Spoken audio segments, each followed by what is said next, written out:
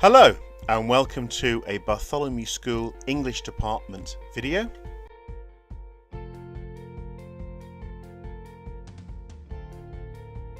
This video is designed to help you with your animal farm. It's specifically designed to help you develop your skills for the English language paper. Can you please make sure that you are year 10? By year 11, we'll teach you how to use this for the examination for English literature. So, you need a question. We've gone for this one, which is from chapter 1. It's the A question, so you'll need to have that with you. Here's what they'll ask you. Look in detail at the extract from the beginning of chapter 1 of Animal Farm. How does the writer use language here to create an impression of Mr. Jones and his animals? And then there are 3 parts to the question.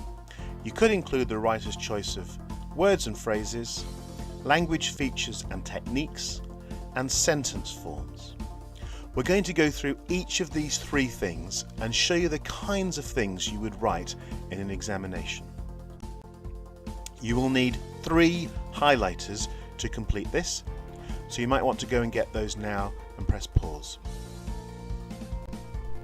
So, I'm going to read through the passage, and with the first of your highlighters, you're going to try to pick out words and phrases you feel you could analyse. You don't need lots, but they have to be things you know you can write about. So here we go. Mr. Jones of the Manor Farm had locked the hen houses for the night, but was too drunk to remember to shut the potholes. With the ring of light from his lantern dancing from side to side, he lurched across the yard, kicked off his boots at the back door, drew himself a last glass of beer from the barrel in the scullery, and made his way up to bed, where Mrs. Jones was already snoring. As soon as the light in the bedroom went out, there was a stirring and fluttering all through the farm buildings.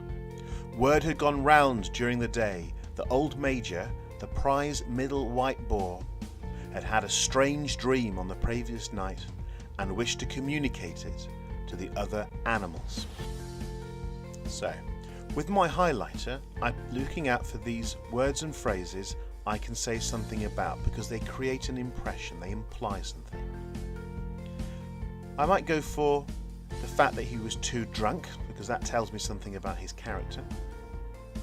And maybe the fact that he'd had a last glass of beer because that tells me he's already had more than one. So there's a few words and phrases I can say something about. With your next highlighter, you're going to look for language features and techniques.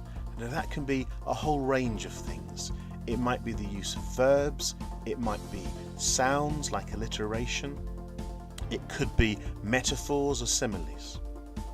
Well, looking at this, I think I'd look at the verbs used, the actions used to describe what Mr. Jones does. The lantern he has is dancing, he himself lurched, he kicked off his boots. His wife is snoring, so they're all fairly unpleasant things. And then we're told that the animals are stirring and fluttering all around the farm buildings, which sounds as if that they're a little bit frightened of him. So they're the things that we could talk about for language features. We don't need lots, just things we know we can talk about. Finally, we have to look for sentence forms. Now that's in reality going to be short sentences, longer sentences which are offering lists, and maybe looking out for things like questions. Well, in this piece, there's quite a long sentence which describes the way that he's walking. It's almost as if he's tumbling through the sentence as he tries to get into bed drunkenly. So that's probably the bit I would go for that. Now you should have the mark scheme that breaks things down for you in terms of what you're aiming for. In class, we also use these laminate mats.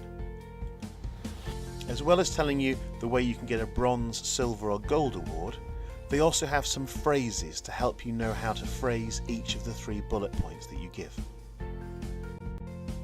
Some of you might find this sheet quite useful, the language route, because it takes you through in order the sorts of things you might look for. So it asks you to look for words and phrases and gives you some questions to help you do that. Then it takes you on to some of the grammar words, so things like verbs and adjectives, things that some students can find a little bit intimidating.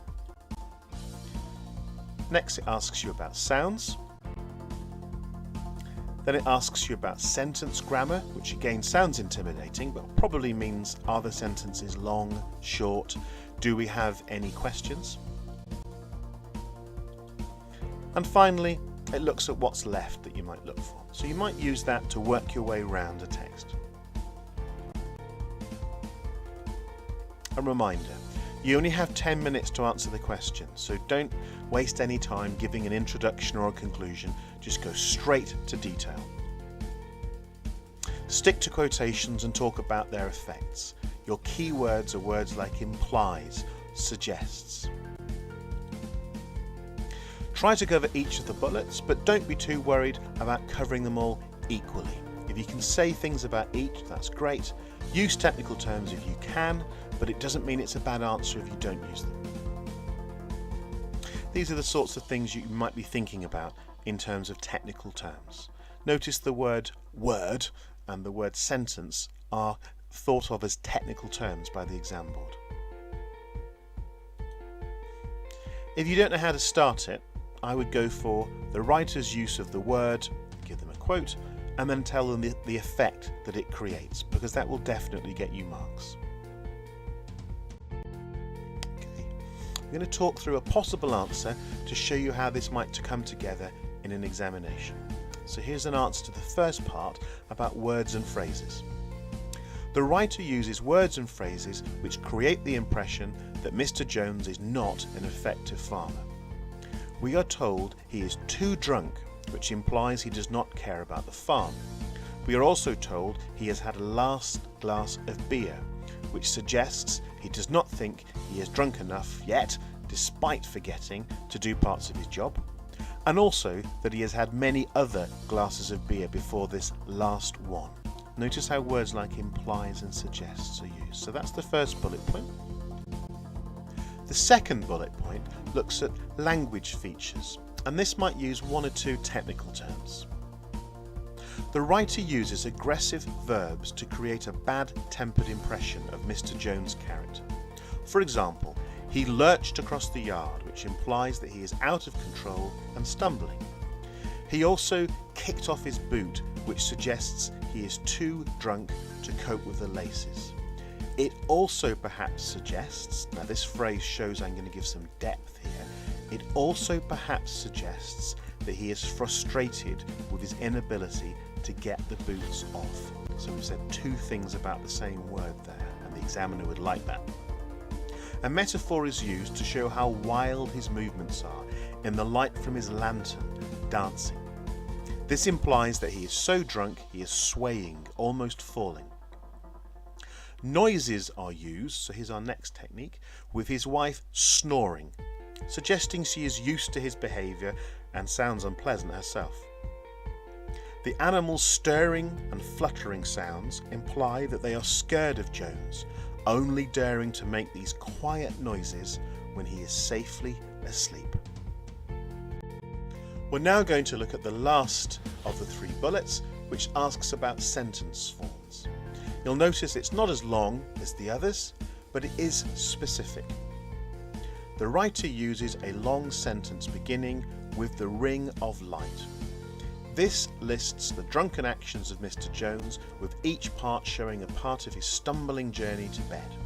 The long sentence gives the impression of each action stumbling into the next. Notice that we've only written the beginning of the sentence and put 3 dots. It's not worth you wasting your valuable minutes writing out the whole sentence. Short quotes always get higher marks. So, that's it. That's an example of how you might approach one of those questions in the exam. Hope you found this useful. That's the end of the video.